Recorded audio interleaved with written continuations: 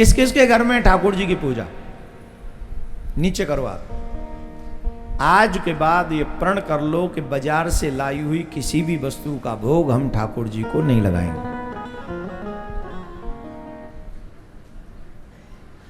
तिरुपति बालाजी के मंदिर में जैसे प्रसाद में मिलावट हुई है, वो सुनने के बाद भी अगर तुम्हारे अंदर का सच्चा सनातनी नहीं जगा है तो सोचना कि तुम हिंदू हो या नहीं।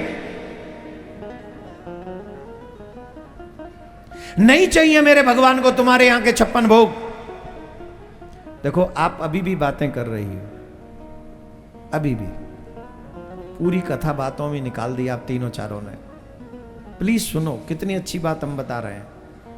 ठाकुर जी को तुम्हारे 56 भोग नहीं चाहिए, मत खरीदो बाजार से। तुम जो सूखी रोटी बनाती हो ना, सिर्फ उसी का भोग लगा दो ठाकुर जी को और उसी में खुश हो जाएगा वो। नहीं पता हलवाई महोदय कैसे बना रहे हैं, कौन सा घी इस्तेमाल कर रहे हैं, नहीं पता कौन सा दूध इस्तेमाल, और हलवाई साहब के पास जो दूध आ रहा है वो यूरिया से बना हुआ नहीं है, ये क्या जाने वो।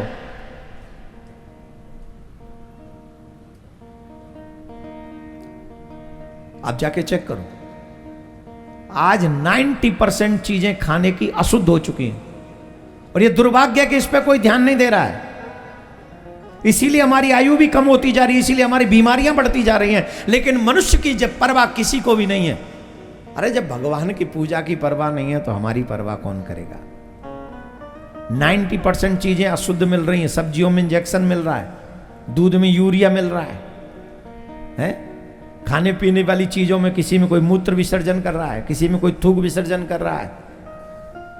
एक व्यक्ति को भी ऐसी सजा नहीं हुई है ढंग की जिसके कारण ऐसा उदाहरण प्रस्तुत हो। ऐसे जो थूकने वाला है ना, उसके मोही मोह पर खींच के 50-60 डंडा, थूकना बंद कर दे। वो घर में भी थूके तो डंडा दिखाई पड़े उसे, इतनी मार पड़नी चाहिए उसमें जो भोजन में थूकता है।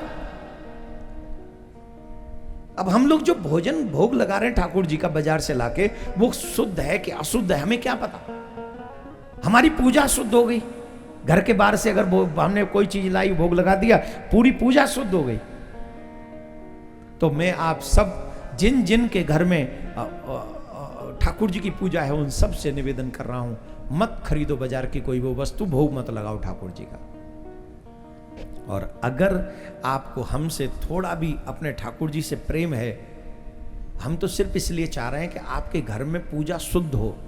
घर में पूजा शुद्ध होगी तो देवता जागृत होंगे, देवता जागृत होंगे तो तुम्हारे घर में पॉजिटिव एनर्जी रहेगी, नेगेटिव एनर्जी तुम्हारे घर में घुसेगी नहीं। और अगर पॉजिटिव एनर्जी रही तो घर में लड़ाई नहीं होगी, बरकत बनी रहेगी, बच्चे सद्मार्गी होंगे और पति भी सही सही व्हाट्सएप का इस्तेमाल करेगा।